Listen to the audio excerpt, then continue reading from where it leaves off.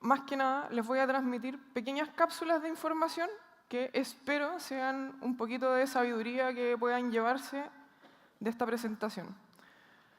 La primera cápsula tiene que ver con los registros. Lo que no está escrito no está hecho. Da lo mismo que también hayan atendido a los pacientes. Si no lo registran, estamos en problemas. En particular, si hay algún percance, complicación o algo no anduvo bien, si no lo registraron, el problema es todavía mayor. Entonces, necesito que se lleven este mensaje. Deben registrar siempre. Lo bueno, lo malo, lo feo, debe quedar por escrito en la ficha. La ficha clínica es el soporte que nosotros tenemos para respaldar lo que hacemos con los pacientes. Y puede estar en formato digital, puede estar en formato papel. Hay algunos lugares donde la ficha de la urgencia todavía es una hoja de papel gigante, donde todo el mundo escribe a mano y no se entiende nada de lo que dice. En la mayoría de los lugares ya existe algún tipo de ficha electrónica, mejor o peor. Nosotros tenemos una que se llama Ticares, y en algún tiempo funcionaba tan mal que le decíamos Ticaca. Ha ido mejorando. Lo importante es que ahí queda el respaldo de nuestro trabajo. Es súper importante que ese respaldo sea coherente, sea cronológico, esté legible y pueda ser comprensible por la persona que sea que deba leerlo.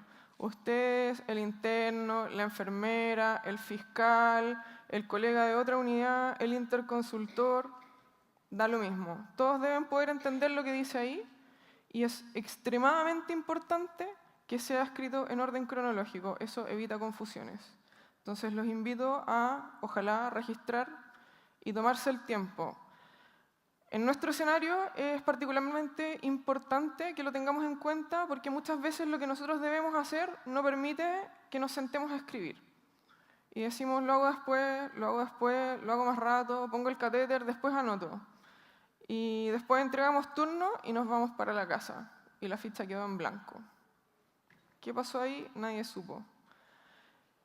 Así que les repito una vez más. Extremadamente importante que dejen todo por escrito y, aunque deban hacerlo después, háganlo de todas maneras. Está siempre todo claro para nosotros y para todos que lo primero que debemos hacer es atender a los pacientes. Pero después de eso hay que tomarse unos minutos y sentarse a anotar. Cápsula número 2. ¿A quién le entrego la información de mi paciente? Esto también es un problema que suele ocurrirnos, sobre todo porque a la urgencia los pacientes llegan de forma inesperada. Claramente no tomaron una hora para que la mamá los acompañara a ver por qué le dolía la guatita. No llevaron al papá a consultar por el control de los medicamentos. Es siempre una consulta no programada, inesperada, y la persona que acompaña al paciente, si es que alguien lo acompaña, que también puede ser que no, puede ser, vaya a saber uno. Las opciones, en verdad, son variadísimas. Y a quien no le ha pasado, preguntar, ¿usted es la mamá? No, soy la señora. Chuta. ¿A quién no le ha pasado, cierto? Entonces, esto es también muy importante porque los pacientes tienen derecho a tener información. Eso está resguardado por ley. Existe una ley, que es la número 20.584, que es más conocida por todos como Ley de Deberes y Derechos de los Pacientes. En esa ley, el artículo 10 dice que los pacientes tienen que tener información oportuna y comprensible sobre su estado de salud. ¿Dónde deja eso a los familiares o a los acompañantes? Porque en los servicios de urgencia, por un tema de infraestructura, de tiempo, de funcionamiento, hay poca privacidad, habitualmente. Hay otro artículo que dice que la información médica no debe entregarse a personas no relacionadas con la atención. Eso está hecho en particular para resguardar, en el fondo, que la información que uno deja en un sistema, que puede ser en papel o electrónico, sea accedida por personas que no tienen nada que ver con el paciente.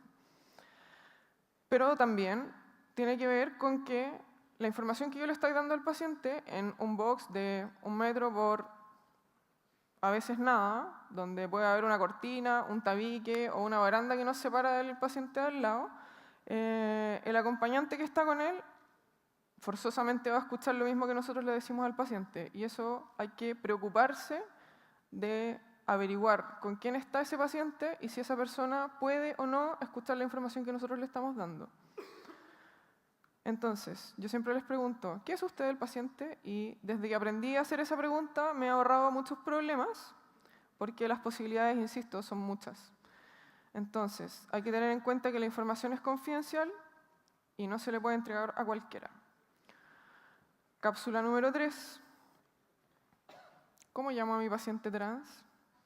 Esto ha sido tema en las noticias en los últimos meses, desde marzo para adelante en realidad, desde el Oscar, ¿cierto? Porque Chile todavía no tiene ley de identidad de género, a pesar de que lleva muchos años en trámite en el Congreso. Entonces, ¿qué sucede? Sucede que Daniela Vega no puede tener en Chile un premio a nombre de Daniela Vega porque no se llama Daniela Vega legalmente, ¿cierto? Pero ¿qué pasa con los pacientes? Los pacientes tienen derecho también a ser llamados por su nombre y atendido con amabilidad.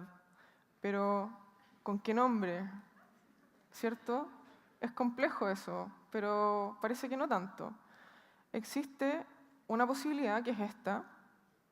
Cuando uno no tiene la opción de escribir en la ficha lo que la ley nos requiere, podemos hacerlo de buena voluntad. Y podemos escribir, paciente transgénero, responde al nombre de, prefiere ser llamado, etc. Lo que debería hacer es esto. Existe una circular que es anterior al 2012 y que el 2012 fue actualizada para darle énfasis a lo que dice. ¿Qué dice? Dice dos cosas. En primer lugar, que los pacientes transexuales, transgénero, travestis, tienen derecho a ser llamados por su nombre social. Tienen derecho a que ese nombre social les sea comunicado y sean tratados por él durante la atención clínica, pero ojo, también en los registros. Eso implica órdenes de examen, recetas, interconsultas, ficha clínica, epicrisis. Todos los documentos de atención médica, esta circular dice que debe consignarse en primer lugar el nombre legal del paciente, que es el que aparece en el carnet de identidad, y en segundo lugar el nombre social y el género con el que prefiere identificarse. Yo los invito a tener esto en cuenta porque, una vez más, las fichas electrónicas nos juegan en contra. Por ejemplo, nuestro TICARES solo permite que el nombre sea llenado en los casilleros correspondientes, nombre, apellido, segundo apellido. Cuando el paciente tiene un nombre y un apellido, para que la ficha pueda ser generada, la agente de admisión tiene que agregar algo en el segundo espacio. NN, un gato, un asterisco, da lo mismo. Pero la ficha no nos da muchas opciones. Entonces todavía tenemos ese problema y debemos, insisto, subsanarlo con buena voluntad y con respeto. No se olviden, siempre tienen la posibilidad de anotarlo en alguna parte. Porque además, esto no está sujeto a discusión. La verdad es que es una instrucción del ministerio. Entonces, da un poco lo mismo lo que cada uno de nosotros piense, es el derecho de otra persona el que está en juego. Capsulita número 4. ¿Qué pasa si mi paciente rechaza un tratamiento o pide el alta? ¿A quién no le ha pasado también, cierto? La gente consulta tardíamente y a veces se quiere ir para la casa antes de lo que uno quisiera. Esa es la reacción habitual, ¿cierto? Nosotros nos enojamos, amenazamos al paciente, negociamos con la familia, le pedimos a la señora que lo convenza, a los hijos que lo chantajeen. Hay muchas opciones, ¿cierto? Le decimos que se va a morir, que le van a pasar cosas terribles, que cuando vuelva va a tener que esperar 15 horas para que lo atiendan de nuevo y que no podemos prometerle que la cama que le estamos ofreciendo todavía vaya a estar, ¿cierto? Por favor, levante la mano que nunca haya dicho algo así. Bueno, una vez más, creo que debemos pensarlo mejor porque la realidad es que, nuevamente, hay un derecho de los pacientes que nosotros con esa actitud estamos vulnerando. Y tiene que ver con que ellos, en su expresión de autonomía, pueden aceptar o rechazar, recibir un tratamiento y pueden pedir el alta voluntaria. Y por favor, eso se llama así, alta voluntaria. No se llama el paciente es conflictivo, es mala persona, me miró feo, me agredió porque no quiso hacer lo que yo le estaba diciendo. Es un ejercicio de voluntad y de autonomía. Entonces, ¿qué pasó? Además de eso, el segundo problema que ocurre con estos pacientes es que nosotros estamos tan enojados de que el paciente se vaya para la casa, que lo mandamos sin epicrisis, le decimos que se va sin ni un documento, usted se fuga, porque yo no lo estoy dando de alta, fúguese, ahí está la puerta. ¿Sí, cierto? Bueno, sucede, una vez más, que los pacientes tienen derecho a llevarse un respaldo de la atención que recibieron, porque sí fueron atendidos, ¿o no? Fueron atendidos. Lo que pasa es que ellos están decidiendo no hacer algo que nosotros queríamos que hicieran.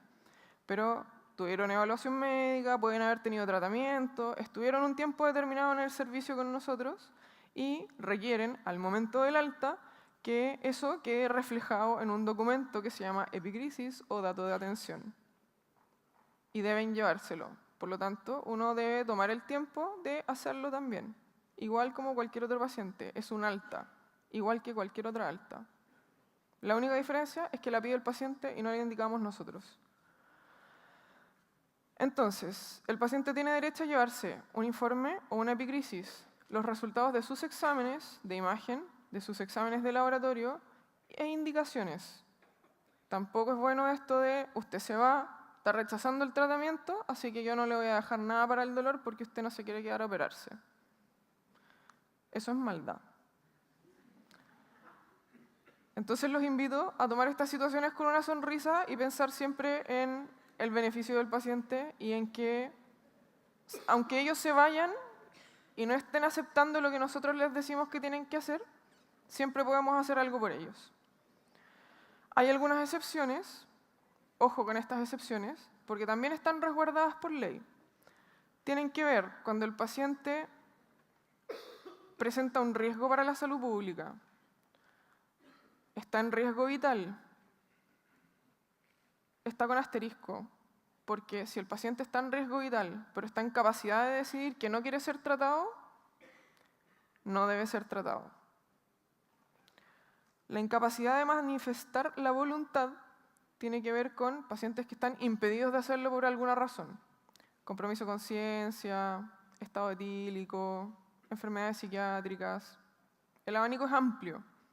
Y en ese caso, lo que debemos hacer es actuar con el representante legal o familiar directo. Y existe otro acápite más que tiene que ver con el auxilio del suicidio. Un paciente que presenta un riesgo para sí mismo o para terceros no está en capacidad de decidir rechazar el tratamiento. Estamos hablando de riesgo inminente. Los pacientes que me dicen, doctora, si usted me da de alta, y por favor deme el alta, yo voy a ir a la casa y me voy a pegar un balazo. Ya compré la pistola y la tengo cargada. No estamos hablando de un paciente que pensó que podía no querer seguir viviendo, irse para la casa con la familia, tiene una familia extremadamente apoyadora y su psiquiatra lo puede ver mañana. Ese paciente puede irse con indicaciones extremas y precisas de cuidado por los familiares, hasta que lo vea su médico tratante. Pero insisto, si el paciente es un riesgo para sí mismo o para terceros, no pueden darlo de alta. Cápsula número 5. ¿Qué hago si recibo un baleado? Atenderlo, por supuesto. Tratar de salvarle la vida en caso de que esa vida esté en riesgo. Pero respecto de las precauciones y de las acciones médico-legales que debemos tomar, hay otra cosa que debemos hacer.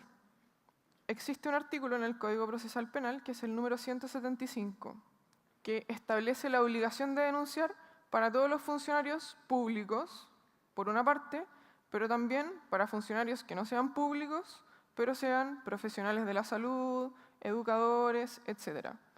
Ahí caemos nosotros, ¿cierto? Y por profesionales de la salud, entiéndase médicos, enfermeras, kinesiólogos, paramédicos, admisionistas, lo que se les pueda ocurrir. Estamos obligados por ley a denunciar todo aquello que pueda revestir carácter de delito.